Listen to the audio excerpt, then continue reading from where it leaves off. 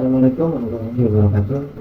Perkenalkan, saya Ahmad Muhammad Trilajuwanda dan ini 109 11 Jadi di sini saya akan menjelaskan tentang technopreneurship. Untuk definisi atau pengertiannya technopreneurship ini, jadi istilah technopreneurship ini saat ini sedang banyak diperbincangkan di media. Technopreneurship ini dianggap salah satu konsep yang merupakan turunan dari entrepreneurship yang sama-sama memiliki prinsip mencari keuntungan sebanyak-banyak mungkin, namun lebih menitik beratkan pada suatu bisnis yang mengaplikasikan suatu teknologi tertentu. Nah, bukan sekedar replika dari bisnis semata-mata kata technopreneurship, bukan. Tapi ini merupakan gabungan dari kata teknologi dan entrepreneurship yang dapat kalian simpulkan dah. Technopreneurship ini sebagai proses pembentukan dan kolaborasi antara bidang usaha peralatan teknologi dan bidang usaha gitu. Nah, baik dalam proses, sistem, sistem pihak yang terlibat maupun produk yang dihasilkan. Nah, selanjutnya menurut Posodas tahun 2007, istilah technopreneurship dalam cakupan yang lebih luas, yakni sebagai wirausaha di bidang teknologi yang mencakup teknologi semikonduktor sampai ke aksesoris komputer pribadi, yaitu PC. Definisi lain dari Hartono di tahun 2011 menyatakan bahwa technopreneurship adalah sebuah kolaborasi antara penerapan teknologi sebagai instrumen serta jiwa usaha mandiri sebagai kebutuhan. Technopreneurship adalah suatu karakter integral antara kompetisi penerapan teknologi serta spirit membangun usaha hidup masyarakat Indonesia dengan menghasilkan lapangan pekerjaan dan pembangunan perekonomian sekaligus teknologi Indonesia. Selanjutnya nih, saya akan menjelaskan tujuan mempelajari teknopreneurship apa sih. Nah, yang pertama yaitu mengembangkan inovasi teknologi dan bisnis. Dengan melibatkan teknopreneurship, penggabungan antara teknologi dan berusaha. Dengan mempelajari teknopreneurship ini, kalian yang mempelajari akan tahu perkembangan teknologi baru dengan cara menerapkan di dalam bisnis untuk menciptakan inovasi baru. Dan selanjutnya itu yang kedua, menguasai keterampilan kewirausahaan. Salah satu tujuan untuk mempelajari ini ya tentunya untuk menguasai keterampilan kewirausahaan di dalam bidang teknologi. Misalnya mempelajari konsep kewirausahaannya, rancang bisnisnya, strategi pemasarannya, manajemen operasionalnya, dan keuangannya. Selanjutnya yang ketiga itu mengidentifikasi peluang bisnis di bidang teknologi. Nah, melalui technopreneurship ini kalian akan dilatih untuk mengidentifikasi tren pasar, kebutuhan pelanggan yang lagi booming banget ya, sama sih tren pasar, terus celah, dan kalian bisa dapat celah di pasar yang dapat diisi oleh inovasi teknologi. Selanjutnya yang keempat itu membuat produk atau layanan teknologi yang unik. Salah satu utama technopreneurship ini mengembangkan produk atau layanan berbasis teknologi yang unik dan inovatif. Anda mempelajari technopreneurship ini akan mempelajari proses pengembangan produk, desain, dan pengujian, serta bagaimana menghadirkan produk atau layanan tersebut ke pasar. Selanjutnya membangun bisnis yang scalable dan berpotensi tumbuh. Technopreneurship ini juga bertujuan untuk mengembangkan bisnis yang dapat tumbuh, yang berkembang dengan cepat. Anda akan mempelajari strategi pertumbuhan bisnis, manajemen tim, dan pengolahan sumber daya untuk memastikan bisnis teknologi kalian ini dapat berkembang secara efisien dan berkelanjutan. Yang terakhir adalah mengolah risiko dalam bisnis teknologi. Tujuan mempelajari risiko ini untuk mengembangkan pemahaman risiko apa yang bisa terjadi dalam bisnis yang Anda lakukan nanti, dan membuat strategi untuk mengelola bisnis. Saya akan menjelaskan contoh implementasi technopreneurship dalam sistem informasi. Yang pertama, pengembangan aplikasi mode inovatif. Kalau yang ini mereka kalian deh akan memanfaatkan teknologi terkini dalam pengembangan aplikasi, seperti kecerdasan buatan, seperti AI atau realitas bertambah. Untuk menciptakannya pengalaman pengguna yang menarik dan fungsional, Tujuan utamanya adalah menciptakan aplikasi yang dapat memberikan solusi praktis dan memberikan nilai tambah untuk pengguna. Selanjutnya yang kedua adalah startup analitik data untuk memberikan wawasan bisnis. Seorang yang technopreneurship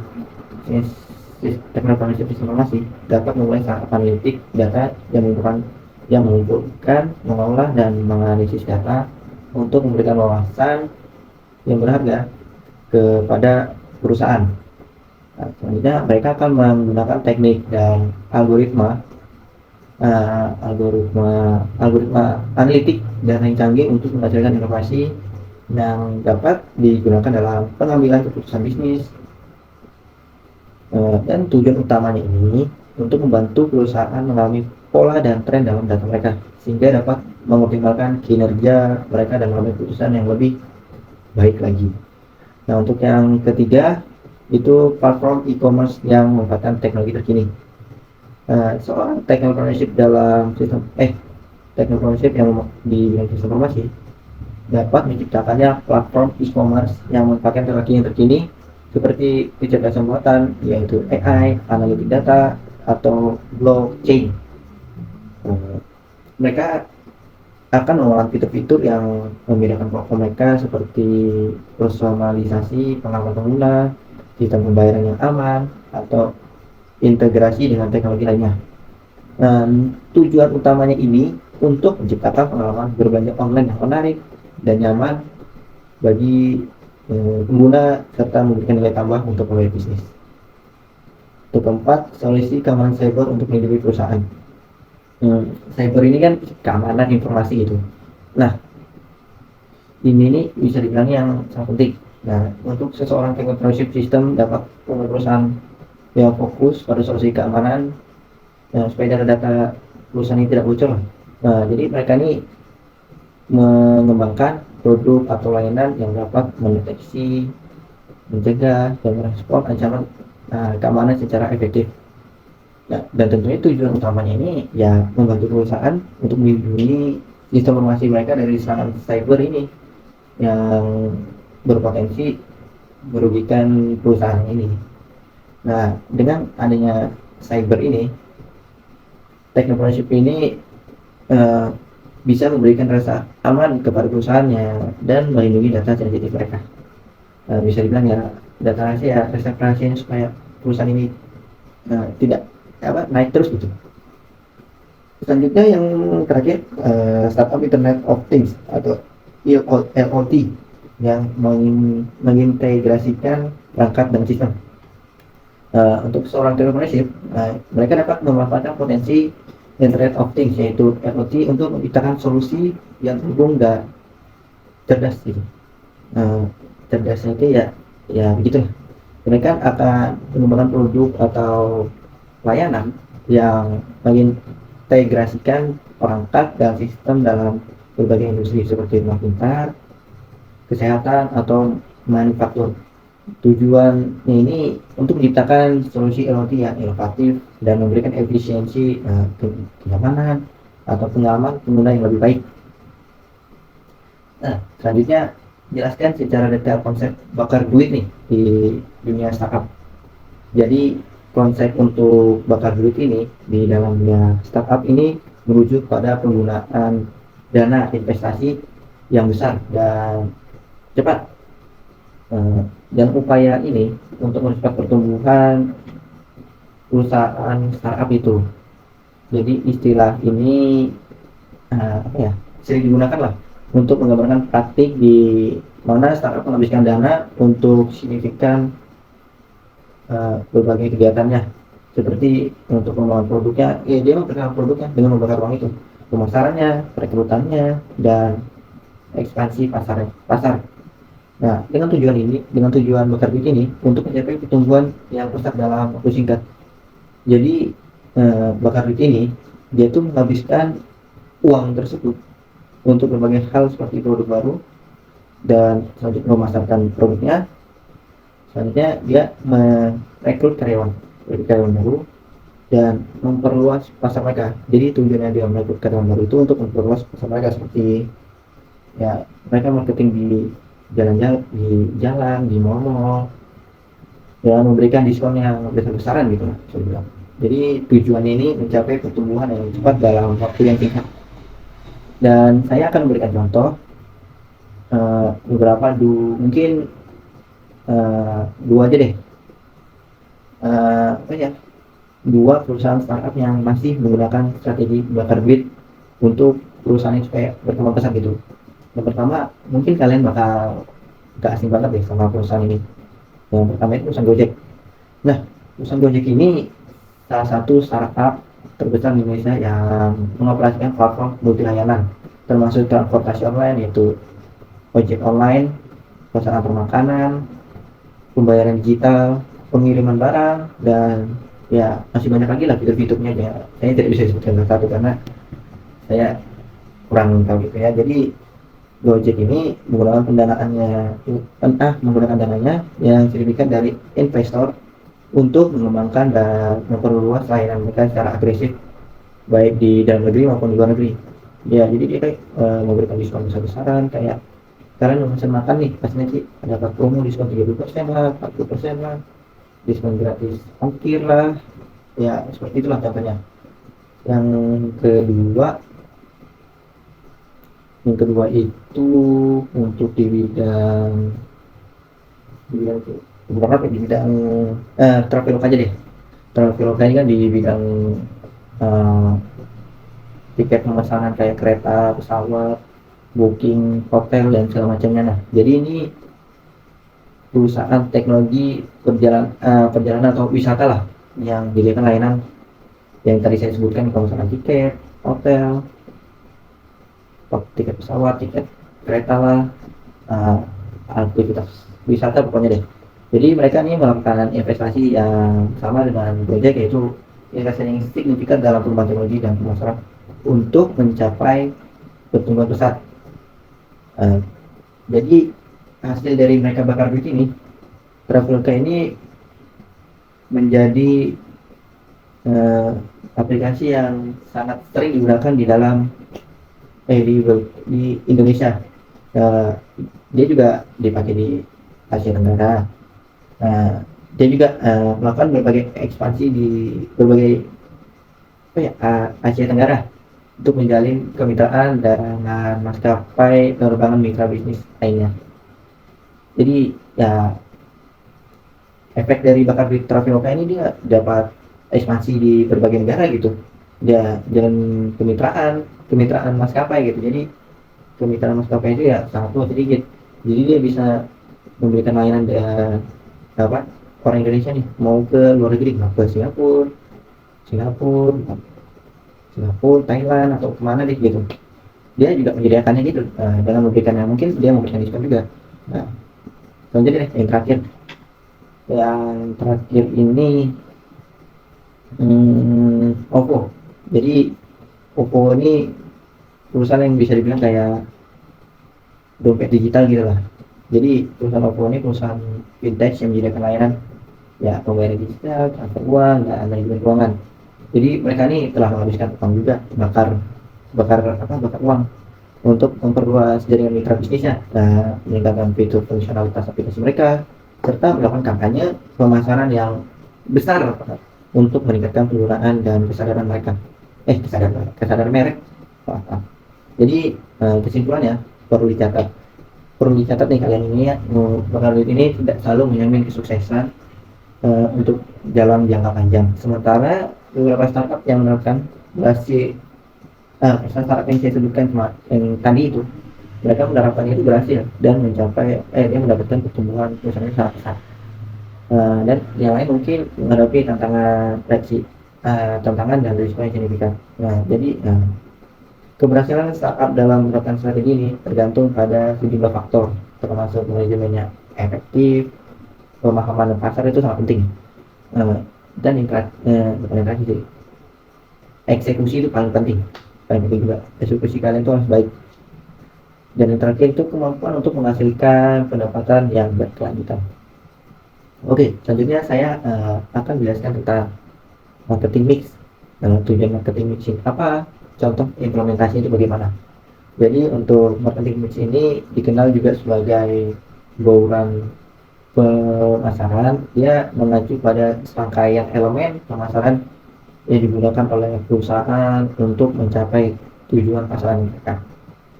Marketing ini terdiri dari 4 komponen yang dikenal dengan istilah KP, yaitu ada produk, price, place, dan promotion. Keempat elemen ini saling berinteraksi, jadi saling bertergantungan gitulah, dan saling mendukung dalam upaya mempengaruhi keputusan pembelian konsumen. Dan untuk tujuan marketing ini yaitu menciptakan strategi pemasaran yang efektif dan optimal. Melalui penggunaan marketing ini, marketing mix, perusahaan yang memakai ini dapat mempengaruhi persepsi dan perilaku konsumen, memaksimalkan penjualan, meningkatkan pangsa pasar, dan mencapai keuntungan yang berkelanjutan gitu. Ya, siapa sih perusahaan yang nggak mau yang dapatkan keuntungan yang berkelanjutan yang jangka panjang gitu ya. Terus ada tujuan lainnya nih. Tujuan lainnya nih juga memenuhi kebutuhan dan keinginan pelanggan dengan cara dia itu menjadi perusahaan yang lebih baik dari pesaingnya gitu. Dan serta dia membangun memelihara hubungan yang kuat gitu antara perusahaan dan pelanggan. Jadi perusahaan itu bisa memberikan yang terbaik deh ke pelanggannya. Jadi bisa dibilang itu perusahaan itu nggak mau gitu dia dapat pelanggan, habis itu pelanggannya hilang. Jadi itu mau pelanggannya itu royak ke perusahaannya gitu. Jadi saling menguntungkan gitulah. Jadi untuk contoh mengimplementasi di marketing list itu ini berbeda-beda tergantung pada industrinya, tujuan dan sasaran pasarnya gitu. Jadi ini saya akan memberikan contoh implementasinya di dalam bidang produk pakaian lah. Jadi untuk yang pertama itu ada produk, seperti yang saya jelaskan di awal itu 4P. Itu pertama ada produk. Jadi perusahaan ini merancang, selanjutnya mengembangkan dan memproduksi pakaian sesuai yang tren terkini. Yang tren untuk di tahun sekarang itu ya baju-baju oversize, flanel yang seperti saya pakai ini untuk ke kampus gitu, dan berbagai gaya untuk memenuhi kebutuhan. Itu tahun 2023 ini sih banyak banget ya gaya-gayanya kayak yang saya jelaskan tadi deh. Selanjutnya untuk price. Jadi perusahaan ini tentunya harus menentukan harga yang kompetitif gitu dan menguntungkan berdasarkan biaya produksi. Jadi tidak mungkin dong misalnya nih kita kasih harga itu 80.000, tetapi di perusahaan itu bahan pakaian itu bisa bilang bahannya sama, motifnya hampir sama gitu, terus mereka kasih harga 60 gitu ya kan. Tidak mungkin gitu kita kasih harga segitu karena kita harus berkompetitif gitu. Jadi untuk lanjut nih itu kan tadi sudah menjelaskan untuk harga pasaran. Dan selanjutnya itu memberikan nilai kayak mana jelaskan nih, pokoknya perusahaan ini harus memberikan nilai bagus. Bukan kayak apa ya jelaskannya. Jadi pelanggan ini bisa memberi nilai ke produk perusahaan itu bintang 5 gitu, produknya baik gitu lah. Jadi menggunakan strategi penetapan harga seperti harga premium untuk produk yang berkualitas tinggi atau harga diskon untuk menarik pelanggan baru. Itu maaf ya kayak kurang jelas gitu. Selanjutnya untuk place, itu tempat itu tentunya harus strategis ya. Jadi bagi perusahaan yang menjalankan ini, saluran distribusinya yang efisien untuk memberikan produk mereka ini dapat melibatkan penjualan toko retail gitu, retail fisik, selanjutnya e-commerce, distribusi grosir, bisa juga kerjasama dengan mitra bisnis lainnya. Selanjutnya itu yang terakhir itu bisa menurut saya itu eksekusinya ya, yaitu promosinya. Kalau kalian tidak mempromosi itu kayak kurang lengkap gitu lah, soalnya orang tidak bakal langsung tahu gitu kalau kalian itu membuat produk-produk gitu. Jadi kalian itu perlu promosi ya kan. Jadi untuk promosi ini bisa bilang kita harus menggunakan berbagai strategi promosi untuk meningkatkan kesadaran dan minat pelanggan terhadap produk kita gitu. Jadi bisa dibilang ini ya bukan bisa dibilang sih, ini memang periklanan gitu ya, periklanan promosi penjualan gitu atau pemasaran langsung. Lebih selanjutnya itu kegiatan publisitas dan upaya pemasaran digital melalui media sosial atau kampanye influencer seperti ya kalian endorse acara endorse kayak Raffi Ahmad, Adi Dedi gitulah, influencer terkenal gitu. Ya itu bisa termasuk ke bakar uang sih kalau pakai Raffi Ahmad. Raffi Ahmad kan kayak artis terkenal gitu di Indonesia, jadi bayarannya pasti mahal gitu. Jadi dengan mengintegrasikan keempat elemen marketing di sini yaitu 4P itu secara efektif, perusahaan ini yang memakai marketing di sini yang menggunakan 4P ini dapat mencapai tujuan mereka dalam penjualan pangsa pasar dan kepuasan pelanggan. Oke, yang keempat saya akan jelaskan itu tentang bisnis plan, kerangka bisnis plannya, yaitu keuangan, konsep bisnis, operasional, dan marketing. Dan yang terakhir untuk manfaatnya. Langsung deh untuk penjelasan itu, bisnis plan ini adalah rencana tertulis yang menggambarkan tujuan bisnis, strategi, dan langkah-langkah yang akan diambil untuk mencapai tujuan tersebut. Bisnis plan ini mencakup berbagai aspek bisnis termasuk gambaran umum perusahaan, analisis pasar, strategi pemasaran, struktur organisasi, proyeksi keuangan, dan lain-lain. Jadi bisnis plan ini bisnis plan ini digunakan sebagai panduan bagi perusahaan dalam mengelola dan mengembangkan bisnis mereka. Dan untuk 4 lembaga bisnis plan ini ya itu pertama adalah keuangan. Nah, jadi bagian ini mencakup proyeksi keuangan perusahaan termasuk laporan laba, termasuk laba rugi, neraca, dan arus kas. Jadi ini mencakup juga estimasi pendapatan biaya dan kebutuhan modal serta strategi keuangan yang akan diadopsi. Selanjutnya itu konsep bisnis. Untuk di bagian ini menjelaskan tentang konsep bisnis perusahaan yang ingin kalian buat, termasuk tujuan bisnisnya, model bisnisnya, nilai yang ditawarkan kepada pelanggannya, analisis pesaingnya, dan keunggulan yang kompetitif. Jadi ini memberikan gambaran tentang bagaimana perusahaan akan mencapai keberhasilan di pasar-pasar. Dan selanjutnya itu yang ketiga itu operasional. Untuk di bagian ini itu menjelaskan tentang aspek operasional perusahaan termasuk infrastruktur, fasilitas, rantai pasok, sistem manajemennya, dan yang terakhir itu proses operasional. Ini mencakup juga ke perencanaan sumber daya manusia dan pengaturan tim kerja yang efektif. Untuk yang terakhir itu pastinya marketing. Jadi bagian ini menjelaskan strategi pemasaran perusahaan, termasuk analisis pasar yang sedang booming itu apa, segmentasi pasar, target pasar itu kemana, strategi penjualan itu bagaimana, dan rencana pemasaran. Nah, ini mencakup upaya promosi, branding, dan strategi penetapan harga. Dan dan untuk bagian manfaatan dari bisnis plan ini ada beberapa manfaatnya. Yang pertama ini adalah panduan dan fokus.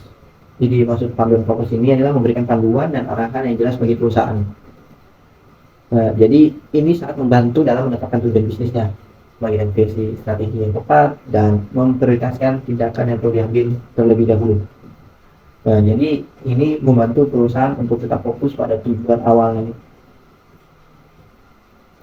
Selanjutnya itu ya mengumpulkan dana.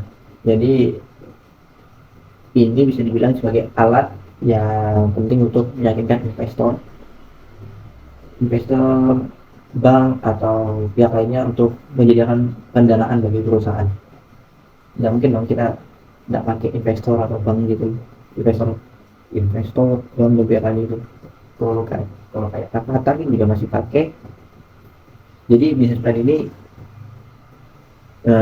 sangat baik gitu dan terperinci untuk membangun kepercayaan dan menunjukkan potensi keuangan bisnis kepada pihak yang berkepentingan. Selanjutnya itu bisa pengambilan keputusan yang informasional. Dengan adanya bisnis plan ini yang komprehensif, perusahaan ini dapat membuat perusahaan yang lebih baik dan terinformasi di bagian analisis pasarnya, proyeksi keuangannya, dan strategi yang terdokumentasi, yang ada datanya gitulah. Jadi ini baik itu untuk mengidentifikasikan peluang ini, untuk menghadapi tantangan juga bisa, dan merespon perubahan masalah. Selanjutnya itu di bagian komunikasi di bagian internal dan eksternal. Jadi ini sangat membantu dalam komunikasi dan koordinasi antara tim internal perusahaan gitu. Dan ini juga menjadi alat yang berguna dari komunikasi dengan mitra bisnis lainnya. Selanjutnya nih saya akan jelaskan menurut saya nih apa yang saya boleh mempelajari teknopreneurship selama 1 semester ini. Jadi yang saya dapatkan ini, yang pertama itu ya bisa dibilang basicnya gitu, basic teknopreneurship itu bagaimana gitu, definisinya itu bagaimana, tujuannya teknopreneurshipnya apa, manfaatnya memakai teknopreneurshipnya apa. Jadi untuk contohnya gitu ya,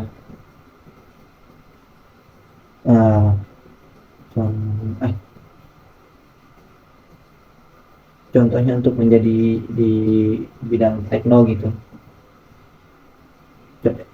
Maaf. Jadi berbalik saya ulang apa itu tekno, apa itu tujuannya, apa itu manfaatnya, dan juga memberikan contoh untuk menjadi seorang entrepreneurship, dan juga mempelajari mengenai bisnis yang di bidang online gitu, dimulai dari merancang bisnisnya, kita membuat bisnis plannya sendiri, terus manfaatnya itu apa aja, kemudian kita bikin konsep-konsep bisnis yang sering digunakan oleh startup yang sudah tinggi, sudah sukses gitu.